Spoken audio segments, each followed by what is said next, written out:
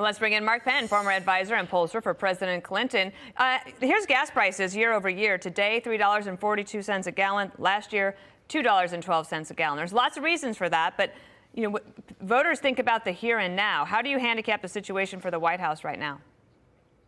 Well, it's about as difficult a situation as I've seen outside an indictment or an impeachment. I mean, we really saw ratings start to tank over the summer, greatly accelerated with what happened in Afghanistan, and now on top of that, runaway inflation after the administration predicted that inflation would be transitory is really a perfect storm against the administration. So it's about as difficult a situation as I can imagine. And I always have what I call the rule of 50.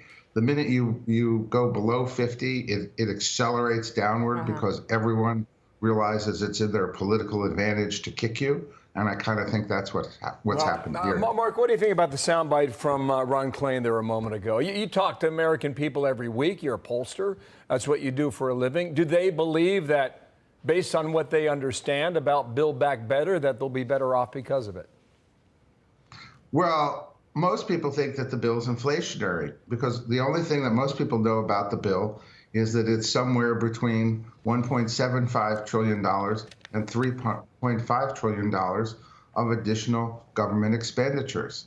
And for Ron to get up there and say it reduces the cost of this, he knows, basic economics 101 is that large expenditures from the government, there's fiscal stimulus, which in a hot economy would create inflation. It's ludicrous that he goes out and says that. He knows there's $550 billion of mostly subsidies, right, for cars, and that in itself is a highly inflationary action. So these may be the right things to do, and maybe things that the public ultimately wants.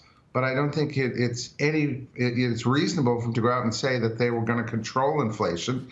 That I think puts the administration in the same situation as having said that they're going to get all Americans out or that inflation was transitory. Yeah, right. The transitory piece is also interesting, right? It's supposed to be over by now, and it's clearly not. And now there's even action at the Fed, or at least are thinking about action. You wrote a piece in the New York Times with, I believe, Andrew Stein, and the headline is "Bill Clinton Saved His Presidency. Here's How Biden Can Too." But I wanted to get your take because Ed Kilgore wrote in New York Magazine, "Enough with the tired 90s takes on today's Democrats," with the argument that it's not the 1990s anymore, and that most Democrats do identify as liberal, and that trying to triangulate or moderate will not actually work. You think the opposite? Make your case. Sure. First of all, there were no more liberals in the country than there were in the 1990s, right? It's about 25% of the country that's liberal. It's about half the Democratic Party. As I point out in the piece, 53% of Democrats are moderates and conservatives. So we ought to stop calling, Manchin and Sinema outliers. They represent at least half of the party. That's why the Progressive Party caucus is about half. And you know what? History has an odd habit of repeating itself.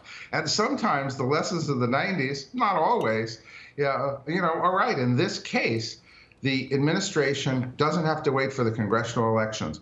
Bill Clinton was surprised by the congressional elections, and he acted after. In this case, the administration knows now that Democrats are underwater in the generic horse race, which is which means about a 50-seat loss.